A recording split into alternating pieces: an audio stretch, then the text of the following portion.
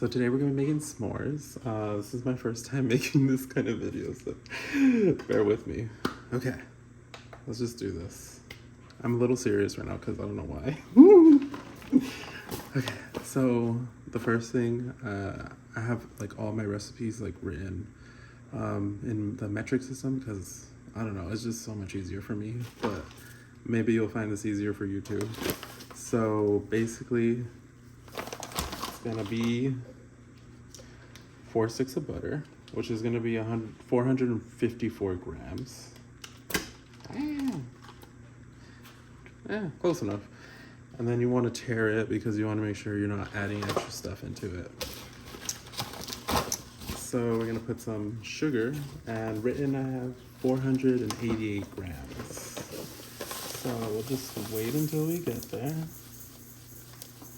Oh my gosh. Okay, 488. It doesn't have to be exact because nothing could ever truly be exact, but I like to be somewhat close. See, we went a little over. It's fine. Okay, and then you want to tear it again. And then I like using this because it's like a bit. You control the amount of molasses that you have because usually this recipe would have white sugar and brown sugar, but I like to take the brown sugar out because each one is different, so I like to control that as much as I can.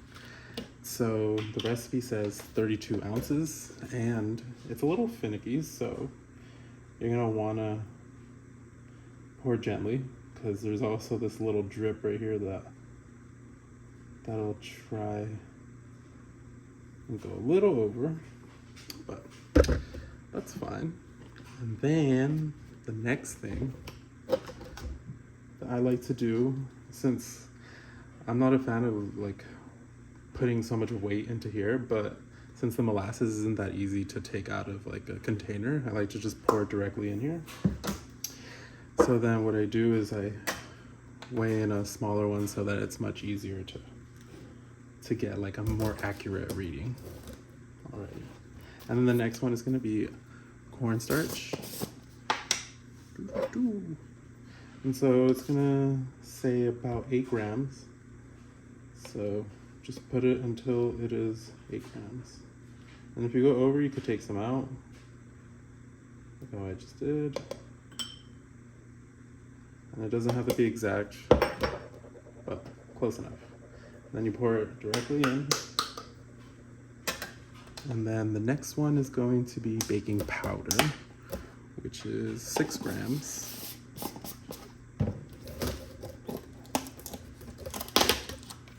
Alrighty. So then 6 grams of baking powder. I don't want to get in the way. 6 grams.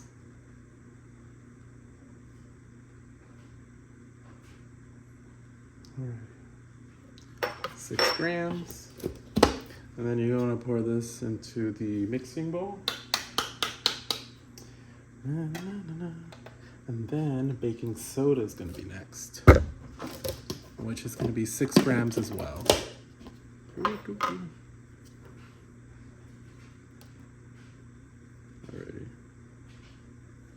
And baking soda is a little bit more denser than baking powder, so you want to be careful with that as well. And then pour this directly in as well. And the reason why I like doing this instead of putting it in with the flour is, to me, like I see it as like getting incorporated all the way around instead of getting pockets in the flour. Like say if you don't mix it well, then this will better ensure that it gets everywhere because you're gonna let the mixer do most of the work. And then the next is 3 ounces of of salt. And you could get a scale that is much smaller than this. There's some that go up to 0.00 grams. And so if you want to be more accurate, you could do that as well. And then so we put the salt in. And then we're still gonna use this container. So even if there's like a little bit of like residue, I'm gonna put vanilla as well in here. So then it'll just like basically take everything out of here, and then it'll just go inside. So you just set that aside for now. And then, so everything should be in the bowl. And make sure it's room temp butter as well. So then we're just gonna put it on the mixer.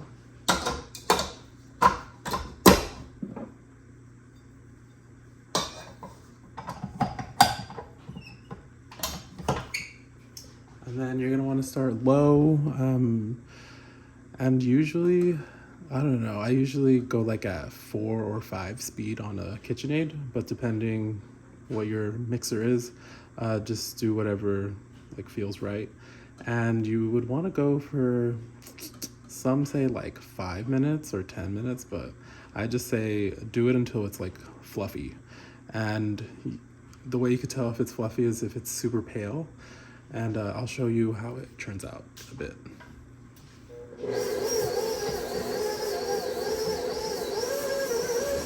To the bowl, because sometimes the molasses gets onto the edges, and you want to make sure that it's getting incorporated inside. So you see how some parts are like a bit darker. The molasses is on the corners or on the sides, so you're gonna want to scrape that off to get that incorporated.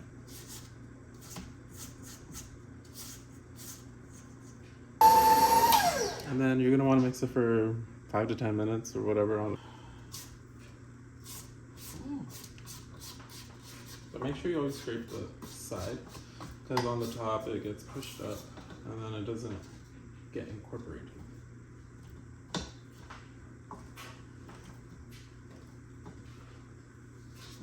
But it's starting to look like this. It's a little bit fluffier, but I'm just gonna keep mixing it because I want it to be mixed really good. Alright. So it turns out like this. I don't know, you can keep going, but man, to me it turns out fine.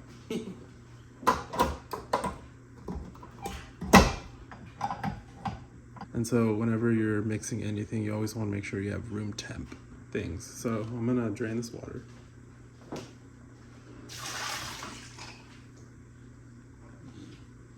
Grams. So what I do is I multiply however the recipe needs. So say 1 egg or 4 eggs that it needs, then 4 times 5, 0 is going to be 200 grams. And if you're using different types of eggs like extra large or medium, then what you could do is just put it in a bowl and then weigh it out so that you get the same measurements. But yeah. And so we're going to grams. Oop, I don't think you can see it. We're going to be putting 20 grams of vanilla extract. I would use like high quality ones because it's always good to have, because you can never have too much vanilla unless you put too much. But what I usually see online is that they put 1 in at a time, but I just dump it all in because I don't know, I don't have time for that. And then we're gonna pour in the vanilla as well. And also to make sure you scrape down the sides as well, just so that it can get mixed in, because you want to make sure everything gets incorporated.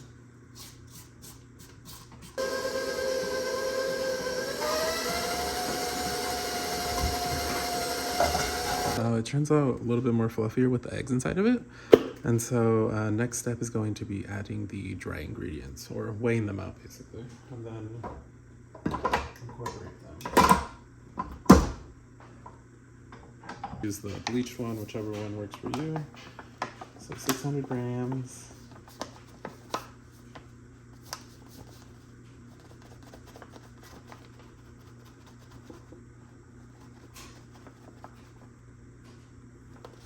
And then if you go over, it's fine. It doesn't have to be exact. So we got that.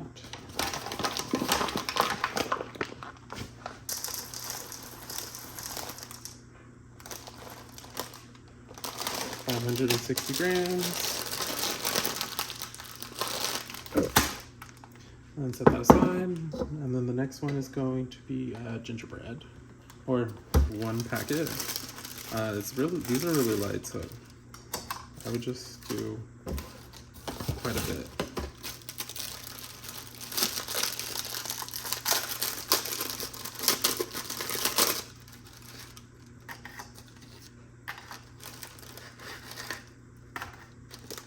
Alrighty.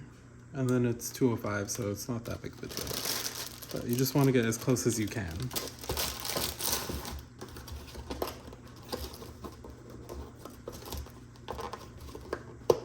Get a bag, stick it in there, use like a mallet, or you could just use your hands. But whichever way works for you.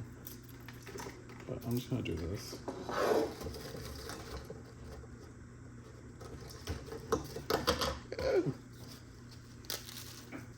So it gives it a more rustic look. So then the next thing, oh, let me show you. So, and the ratio of it, or you could just stick this entire thing if you want to. But I made it specifically for this. So each one is going to weigh around 8 grams. So that around 7 grams you want in there. I don't know if you can see that, but ooh, it went up. Alrighty, and then so the next thing that I do is I usually I like doing this method just because it incorporates everything much more easily. And so I just dump all the dry ingredients together into like a pretty big bowl because you want your space. And then make sure you wash your hands as well because you want to make sure they're clean. And so I was gonna show you the texture of how it looks. It's like really fluffy and it almost looks like it can't really like hold on to the edges of the bowl because it's like slipping down, but that's how you want it to look.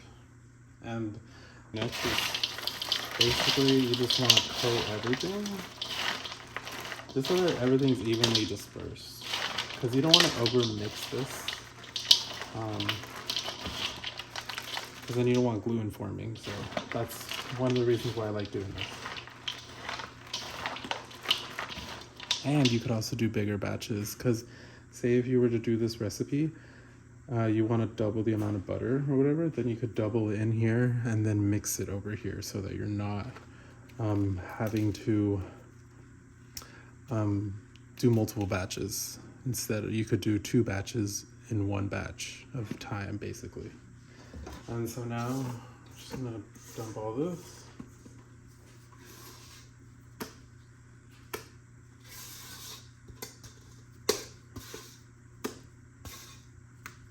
Alright. And then you can use gloves, but I don't have any right now. So we're just gonna go with it because that's why you always want to make sure your hands are clean. So then you just fold it in. The butter might get stuck onto you if your hands are a bit warm. My hands get really hot, so butter might melt a bit. But you're gonna want to fold it in, and then you'll know whenever it's ready because you want it just incorporated enough to where you don't see any, like you barely see any flour. But it's a bit, you don't. For me, you could go a little bit over because it's such a large batch that it's a bit more forgiving. And so you're gonna wanna scrape as much as you can. And it still feels a little airy because of the butter that's in here. So I wanna make sure that I'm getting everything off of my fingers. But ideally you would wanna wear gloves because it just makes it so much easier. But no places are open right now. Because it's like literally 4 o'clock in the morning. So we're doing what we can.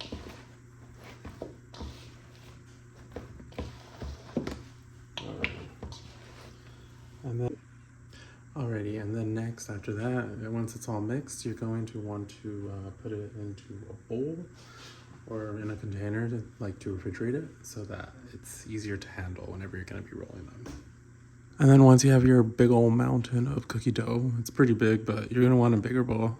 But for me, I just don't want to. So you're going to wrap it up and then stick it in the fridge to cool down, or you can stick it in the freezer to cool down faster for like 30 minutes. so that it's more manageable.